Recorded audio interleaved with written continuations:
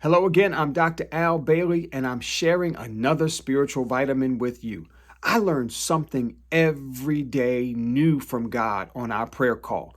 Now, you may ask, what's a prayer call? A prayer call is basically a call where you get together with some friends, some relatives, some associates, some neighbors, and you begin to pray together. You pray for each other. You pray to God together. You bring your praise reports, your prayer requests, all together with God. You study scriptures together and you actually read religious materials together. We do this, we listen to spiritual songs together. And when we do all of this in the presence of God, God begins to open up the windows of heaven and pour blessings all onto our lives. And when I get the blessing, I got to share it with somebody else. When I get this fresh new revelation, I got to share it with somebody else. So let me tell you, I've learned something today and I got to share it with you today. Our theme for today, again, is coming out of Daniel chapter 2, verses 29 to 38, Proverbs 13, verses 18 to 23. We're going back to those same verses. And chapter 11 of Hearts on Fire by Fred Hartley III. The chapter is called Strong, but this subsection is called Meet Susanna. And here's the question that we're going to deal with all this session. What are you doing with what God has placed in your hands? God has placed something in each of our hands. He's placed some good things in our hands. We've got some bad things that are in our hands right now. And we got some things that are indifferent.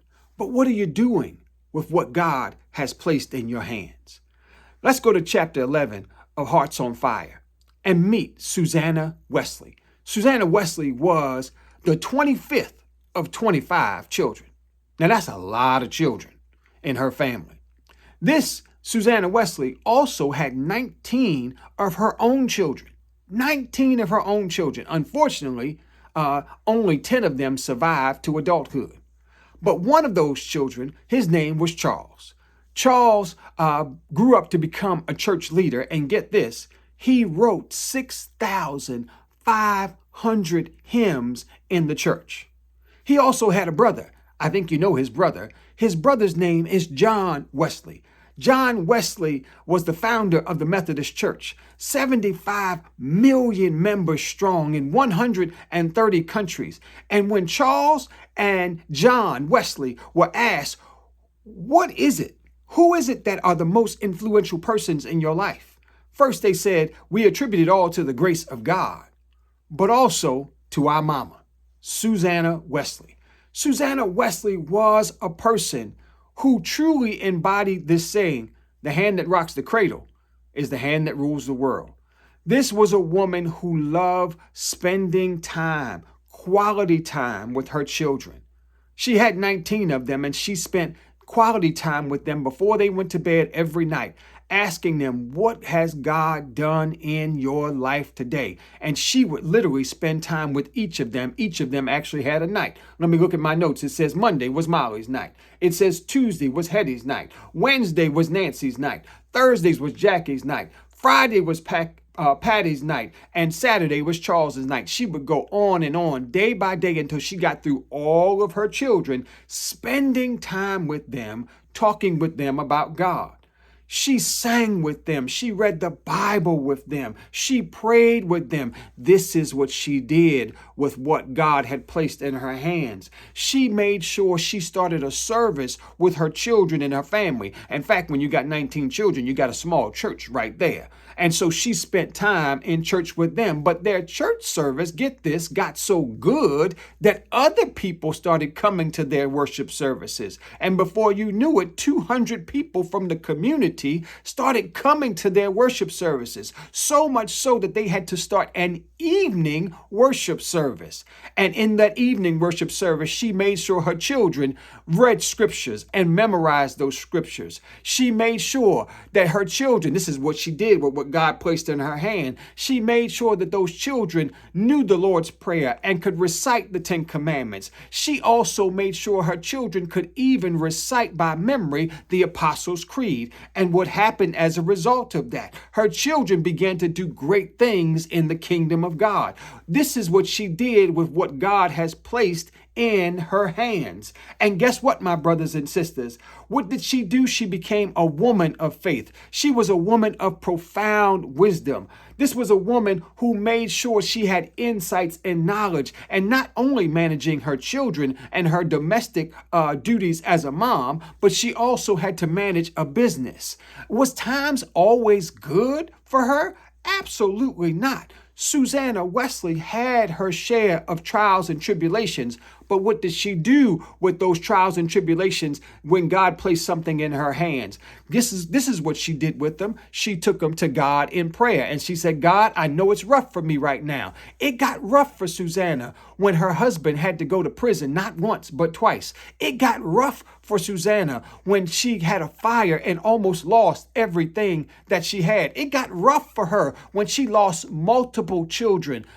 She lost 9 children before they reached adulthood. It got rough for her. I'm sure she had trials and tribulations coming her way, feeling the anxiety of a mother of losing not one, but multiple children. She had trials and tribulations come her way, but guess what? She turned it all over to God. And as a result of that, even when she had a fire, I got to tell you this, even when she had a fire and almost lost everything, she was able to snatch John Wesley out of the fire before it consumed him. And guess what? God's hand was in there. He took what was in her hand and was able to bless that which was in her hand. Why? Because she put it all back in the Lord's hands. She said, God, I know I'm going through trials and tribulations, but I don't believe that you brought me this far to leave me right now. And my brothers and sisters, that's a word for somebody today. God may have placed some things on your plate, good, bad, or indifferent, but what are you doing with them?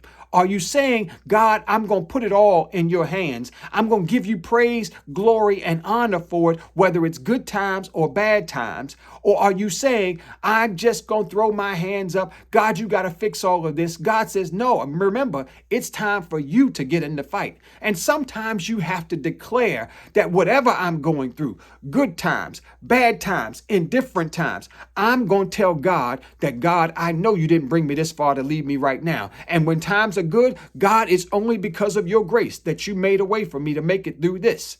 In fact, we see this in Daniel chapter 2, verses 29 to 38. Daniel has been blessed, my brothers and sisters, to get the interpretation of the dream. Daniel is now sitting before the king and telling the king about his dream. But Daniel starts off by saying to the king this, hey, king, look here, let me tell you this. It's not me who is revealing these secrets to you. Oh, no, don't you get it twisted. It's not me. It is God.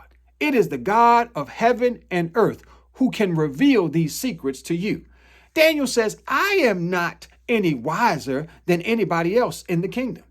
No, it's God who's making a way. And let me pause right here and tell you, you got to remember to always give God the credit. Daniel, in these good times he's having, when he is sitting before the king, he is giving God the credit. And when you are on mountain high, and God has blessed you, he has given you that new job, when he has made ways out of no ways, where he's opened a door that no man could open and closed some doors that no man could shut, Daniel gave God the glory, and you have to give God the glory. He begins to tell the king what's going on in the dream. He says to the king as he begins to interpret the dream, hey, king, I need you to understand something. That statue you saw in the dream, that statue at the very head is you. You, king, are the head, and there are other kingdoms that come after you. But understand, king, those statues represent different persons, and you are at the head. And if you learn the lesson, maybe other kingdoms won't have to face the demise that you saw in your dream. Because he was telling the king, King, I'm trying to show you, or in fact, God is trying to show you what's in your heart. He says, I'm trying to show you that you are at the head of this statue and other kingdoms are below you. But there was a rock that was hewed out of a mountain, and that rock came and hit the statue and smashed it to smithereens. In fact, it says when the rock from the mountain hit the statue, it turned it into dust and it blew away like chaff in the wind. And what God was saying to him is that God's kingdom, God is the rock. He is the rock of my salvation. God is that rock, and God's kingdom will last forever.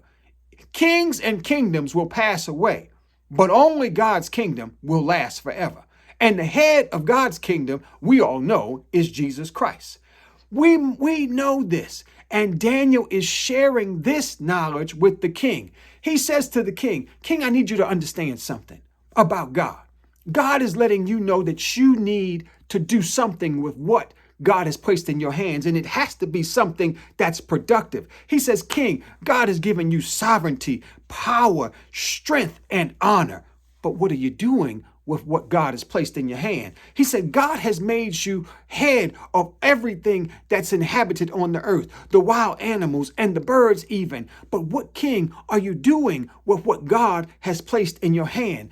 Daniel was trying to tell the king that God has given you some powerful things. He's given you some responsibilities, but what are you doing with what God has placed in your hand? And I guess I'm asking that same question to you, my brothers and sisters. My king, my brother, what are you doing with what God has placed in your hand? My queen, my sister, what are you doing with God has placed in your hand? God has placed some good stuff in your hands. He's giving you some good resources that he's placed in your hands. Are you giving God glory for those things? Or are you just telling people, I got this and I got that, and I'm so happy I got this and I'm so happy I got that? Or are you saying, thank you, God, for giving me this, and thank you, God, for giving me that. I'm going to be a good steward over what you have given me, God, because I don't deserve what you put in my hand, but I'm going to be a good steward, and I'm going to tell somebody else, God, that it was you. It was nobody but you.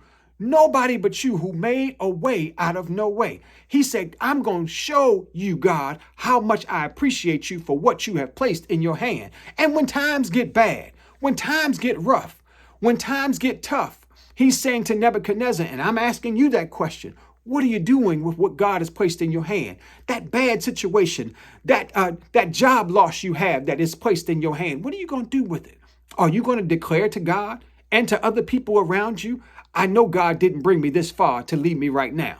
I'm going to declare the goodness of God. I'm going to listen to my gospel music. I'm going to pray on my prayer call with my friends, my relatives, my associates, my neighbors. I'm going to tell them, I know I don't have it right now, but God is not going to leave me. He's going to make sure I got food on my table. He's going to keep my lights on. I'm going to be able to watch Netflix and chill. I'm going to be able to do all the things that God is providing for me because I know God didn't bring me this far to leave me right now. My brothers and sisters, when you do these things, God will show up with you in the battle. He will be right there with you, but you have to believe that God didn't bring you this far to leave you right now. What are you doing with what God has placed in your hands? And if by chance you don't know what to do with the good things, you don't know what to do with when bad times hit your life. When bad times hit your life, you just want to throw it up and be like, God, why is all this happening to me? Take a look at Proverbs 13. Let's go on over to Proverbs 13. Proverbs 13, like we learned yesterday, it tells us, don't ignore criticism.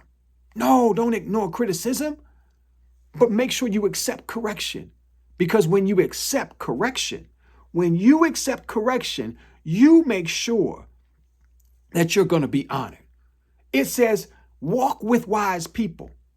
Don't surround yourself with people who aren't wise. No, surround yourself with wise people because you will then become wise and be able to share that wisdom with someone else. It says, don't be like sinners who chase trouble. You know, there's some people around you. I'm sure there's some people around me too who just want to get in some trouble. They can come to you and be like, hey, let's see what kind of trouble we can get in today. And they weren't talking good trouble. They were just saying, let's go start some trouble today. It's going to be fun. No, baby, surround yourself with blessed people and righteous people because they're going to get rewarded with blessings. It says there is food among poor people. God always provides for his people and he always provides for the poor.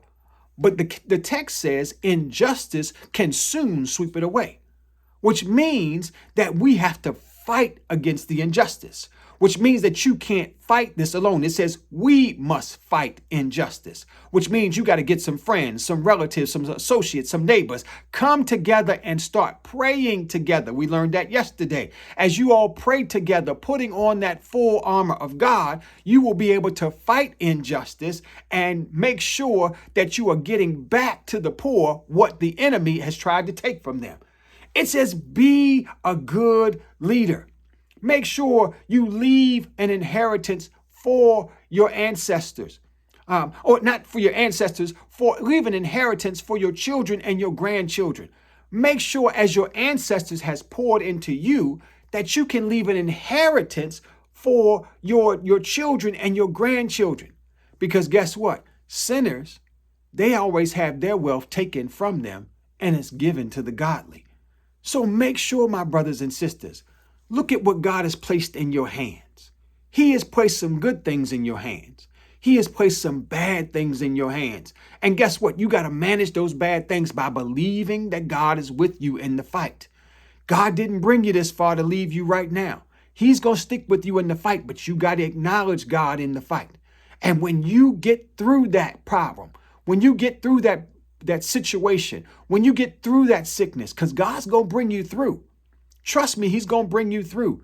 Give him the praise. Give him the glory. Give him the honor. Somebody needs to hear this from you today. This is what I learned on the prayer call today. What are you doing with what God has placed in your hands? God has placed something in each one of our hands, and we have to do something good with it. There's an old song that says, may the work I've done speak for me. May the life I live speak for me. And my brother, my sister, you have to know that God has placed something in your hands. What are you going to do with it? God has given you a work. He's given you a life to live. He's placed some stuff in your hands. And when you work with God with that full armor on, when you share it with other people and they put their full armor on, you will do some great things in the kingdom. But do something with what he's put in your hands. Share this with somebody. Somebody needs this. Hit the share button, send it to them in a text message. This is what we call click evangelism. You can share the gospel just by sending somebody a text message with this message. May God bless you. What are you doing with what God has placed in your hands? God bless you.